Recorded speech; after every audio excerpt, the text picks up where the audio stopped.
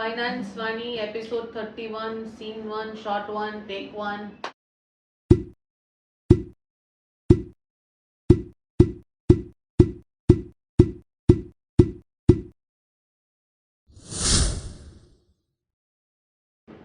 हाय, finance वानी के episode में आप सबका स्वागत है। मेरा नाम है अमित शिवराम और जैसा कि आप सब लोग जानते हैं, मैं एक टैरो कार्ड रीडर हूँ, एक न्यूमरोलॉजिस्ट हूँ और एक वास्तु कंसल्टेंट भी हूँ। आज हम बात करेंगे 28 नवंबर वाले वीक में स्टॉक मार्केट की परफॉर्मेंस के बारे में। Sensex, Nifty, bank Nifty, global markets, commodity markets और कौन सी इंडस्ट्रीज अच्छा करेगी या फिर अच्छा नहीं करेगी, उसके बारे में आज के एपिसोड में मैं आपको बताऊंगी। टैरो कार्ड्स और न्यूमरोलॉजी के जरिए हम सेंसेक्स की परफॉर्मेंस देखेंगे, कौन से नंबर्स वालों के लिए ये हफ्ता काफी फायदेमंद रहेगा और कौन से नंबर्स वालों के लिए ये हफ्ता थोड़ा सा मुश्किलात भरा रहेगा। ये सारी बातें हम आज के एपिसोड में देखेंगे। तो बिना वक्त जाया किए सबसे पहले बात करेंगे कि सेंसेक्स अगले हफ्ते कैसे परफॉर्म करेगा। 28 नवंबर को सेंसेक्स की परफॉर्मेंस काफी पॉजिटिव नजर आ रही है और काफी हद तक सेंसेक्स एक पॉजिटिव नोट पे जा सकता है। ऐसी डेफिनेटली संभावनाएं हैं that start of the market में मार्केट थोड़े से लुढ़के हुए चले, लेकिन दिन जैसे जैसे आगे चलेगा मार्केट काफी रिकवर भी कर जाएंगे। The second day of the week, which is the 29th of November, the markets will be restricted. ना हमें ज्यादा उछाल देखने को मिलेगा, ना ही सडन गिरावट। काफी खिंचा खिंचा सा मार्केट का बर्ताव होगा, वॉलेटिलिटी काफी कम होगी on the 29th of November। 30th नवंबर को मार्केट काफी हद तक क्रैश होते हुए नजर आ रहे हैं। The markets may suddenly go towards the red or the markets can have a heavy downfall of around 500 to 600 points.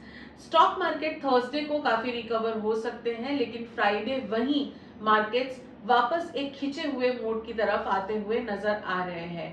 Overall, the start of the month, which is December, that's the 1st of December and 2nd of December, markets कुछ हद तक recovery and again fall back होते हुए नजर आ रहे हैं। Overall, the next week is going to be a complete blend of greens, reds and complete stagnancy.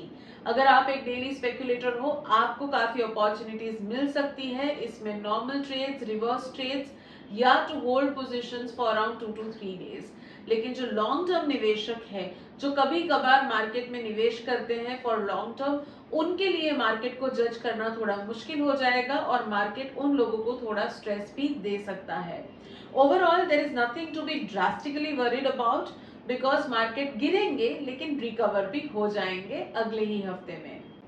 अब देखते हैं कि निफ्टी की परफॉर्मेंस कैसी रहेगी।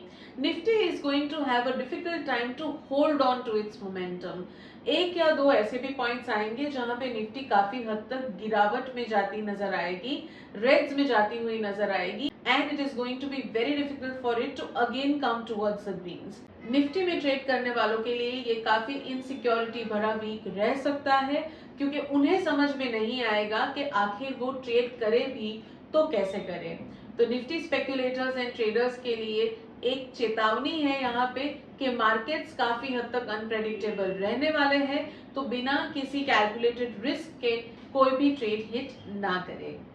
अब देख लेते हैं कि बैंकिंग सेक्टर, बैंक निफ्टी कैसे परफॉर्म करेगा अगले हफ्ते। Stability is the word Stability is the word and volatility is something that we will not see in the banking sector. तो बैंकिंग सेक्टर ओवरऑल मार्केट के लिए काफी अच्छे होंगे because they are going to hold the momentum of the market to an extent. ना एक भारी गिरावट, ना ही एक एक्सेप्शनल छलांग, ये दोनों चीजें बैंक निफ्टी में नजर नहीं आएगी, but overall it is going to be very very stable, giving much security to people who trade into the bank Nifty. जो बैंक निफ्टी में निवेश करते हैं या ट्रेड करते हैं, उन्हें भी इस हफ्ते मौके थोड़े कम ही मिलेंगे टू डू बिगर ट्रेड्स। अपना दिमाग थोड़ा सा लगाइएगा, थोड़े से कैलकुलेशंस कीजिएगा और फिर बैंक निफ्टी में जंप कीजिएगा। The quantum of profits are going to be very low and the quantum of losses can be completely nullified if you go by the calculation. अब देख लेते हैं कि ग्लोबल मार्केट्स अगले हफ्ते क्या न्यूज लेके आ रहे हैं। ग्लोबल मार्केट्स अगले हफ्ते थोड़े से रूठे हुए हैं. We don't see any positive news, we don't see any positive impact on the Asian market of the global markets. Negative impact कुछ हद तक हो सकता है ग्लोबल मार्केट्स का हमारे मार्केट्स पे. अब ये जो नेगेटिव इम्पैक्ट है उसका जो क्वांटम है वो काफी कम है, इसीलिए शायद इट में not become a matter of news. But overall, the global markets are not looking very positive when it comes to their impact on our local markets. कौन सी इंडस्ट्रीज है जिसमें हम अगले हफ्ते निवेश या ट्रेड करने का सोच सकते हैं? कौन से सेक्टर्स हमारे लिए गुड न्यूज लेके आ रहे हैं? कंज्यूमर गुड्स, द फाइनेंशियल और the banking sector and steel industry. ये तीन सेक्टर्स ऐसे हैं जो काफी हद तक पॉजिटिव न्यूज लेके आ सकते हैं और काफी हद तक स्ट्रॉन्ग खड़े रहेंगे overall towards the next week. अगर आप इन सेक्टर्स में ट्रेड या निवेश करते हैं तो आपको काफी फायदा होगा. कंज्यूमर गुड्स वाली इंडस्ट्रीज में लॉन्ग टर्म निवेशकों के लिए भी एक अच्छी न्यूज है. अगर आप इस पॉइंट पे किसी भी कंज्यूमर गुड्स या कंज्यूमर ड्यूरेबल्स में निवेश करते हैं तो आपको अगले 10 से 12 महीने में काफी मुनाफा हो सकता है. When it comes to the steel industry or the banking sector, you can opt for that in the short term as well. वो कौन से सेक्टर्स हैं जो हमारे लिए इतने पॉजिटिव नहीं रहेंगे और जिनसे हमें बच के रहना है? तो देख लेते हैं वो वाले सेक्टर्स कौन से हैं. Well, the industries that are basically sister concerns of some bigger giants are going to suffer a bit of a negative impact in terms of their movement next week. Tourism industry is also not going to do very well next week. वहीं agricultural produce या फिर industries that deal into raw materials that are found under the ground, यानी वो हो जाती है mining industry भी. ये सारी इंडस्ट्री अगले हफ्ते इतना अच्छा परफॉर्म नहीं कर पाएगी. Overall these sectors are not going to go very low in terms of their value और pricing, but they are not going to offer a good pace when it comes to investments और trade as well. तो ये sectors हैं जिससे आपको थोड़ा बच के रहना चाहिए. अब बात कर लेते हैं कमोडिटी मार्केट्स के बारे में. कमोडिटी मार्केट्स अगले हफ्ते कैसे परफॉर्म करेंगे? कमोडिटी मार्केट्स में अगले हफ्ते मैं गिरावट देख रही हूँ. काफी हद तक ये मार्केट्स क्रैश करने की पूरी संभावनाएं हैं और आपको कोई भी लॉन्ग पोजीशन इसमें क्रिएट नहीं करनी चाहिए. आपके लिए ये मार्केट इतना ज्यादा पॉजिटिव नहीं रहेगा. Even for speculators and traders, commodity market is going to be a strict no because it can lead to a lot of losses or decreased profits. अब देख लेते हैं कि न्यूमरोलॉजिकली अगला हफ्ता आपके लिए कैसा रहने वाला है. 28th and 29th of November look a little good in terms of the movement of markets. हालांकि ये दोनों दिन इतने भी स्ट्रांग नहीं है जहां पे मार्केट आपको बहुत ज्यादा पैसा कमा के दे सके. 30th of November still looks a little better in terms of numerology because इस दिन काफी ज्यादा फास्ट मूवमेंट्स हो सकती है in the market. Just stay away from impulsive decisions और सोच समझ के ही कुछ निर्णय लीजिएगा. 1st and 2nd December again are not very positive. 1st December को थोड़ी सी पॉजिटिविटी भी नजर आ रही है, बट 2nd of December को काफी मार्केट्स में क्रैश होने की संभावनाएं हैं या फिर मार्केट डाउनवर्ड ट्रेंड की तरफ जाता हुआ नजर आ रहा है. न्यूमरोलॉजिकली अगले हफ्ते ऐसा कोई भी नंबर नहीं है जो आपको फुल प्रूफ लक दे सके. आप किसी भी नंबर में बिलोंग करते हो, अगले हफ्ते आपके लिए स्टॉक मार्केट में रिस्क बना रहेगा.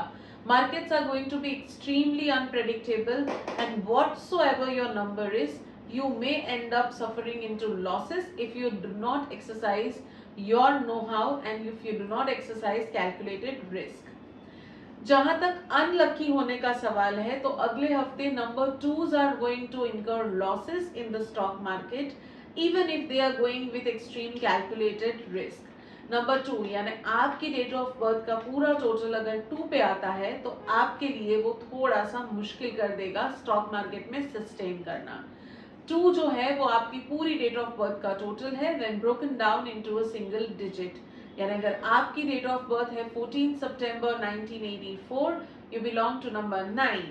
वैसे ही कैलकुलेट करने पर अगर आपका नंबर 2 आता है तो फिर अगला हफ्ता आपको स्टॉक मार्केट से दूर रहना बहुत ज्यादा जरूरी हो जाता है.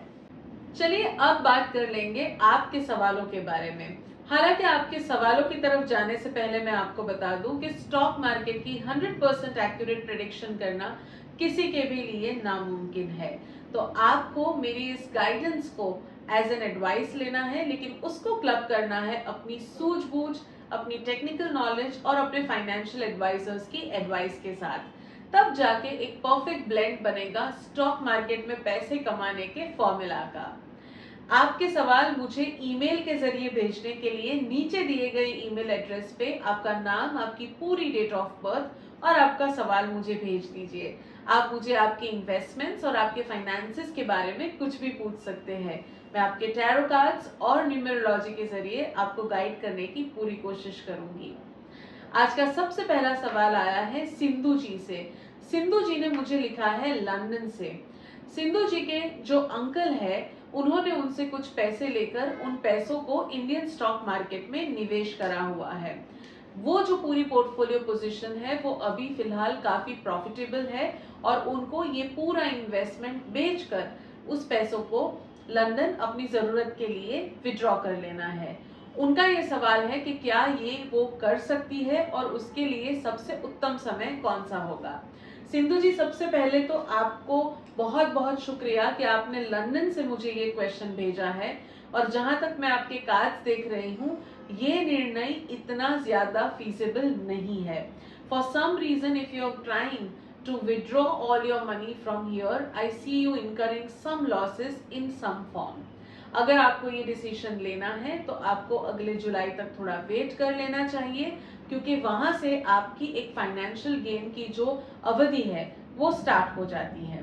तो थोड़ा सा सब्र रखिए, 9 more months to go and after that you can withdraw all this money and use it for your benefit.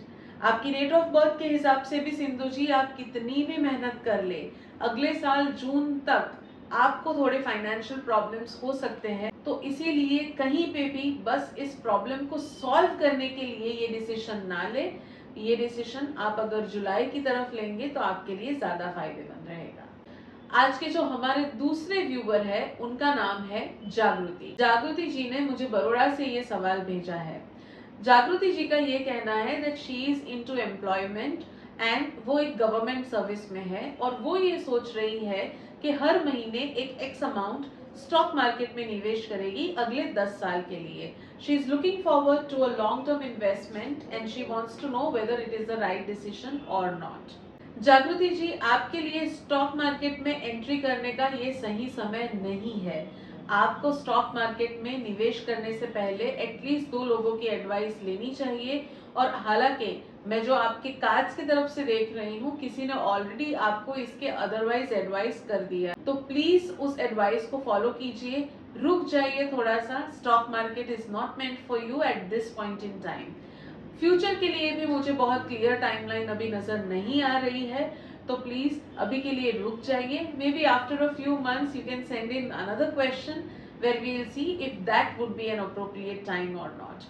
आपकी डेट ऑफ बर्थ के हिसाब से आपको सेफ इन्वेस्टमेंट्स बहुत ज्यादा सूट करते हैं, so consider mutual funds, FDs और मे बी गोल्ड। आज के हमारे जो तीसरे व्यूअर है, उनका नाम है सोनल जी।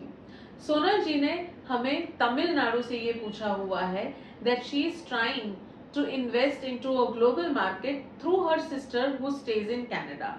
उसको कैनेडियन मार्केट में इन्वेस्ट करना है और उनको ये पूछना है कि क्या उनका ये डिसीजन सही है या नहीं।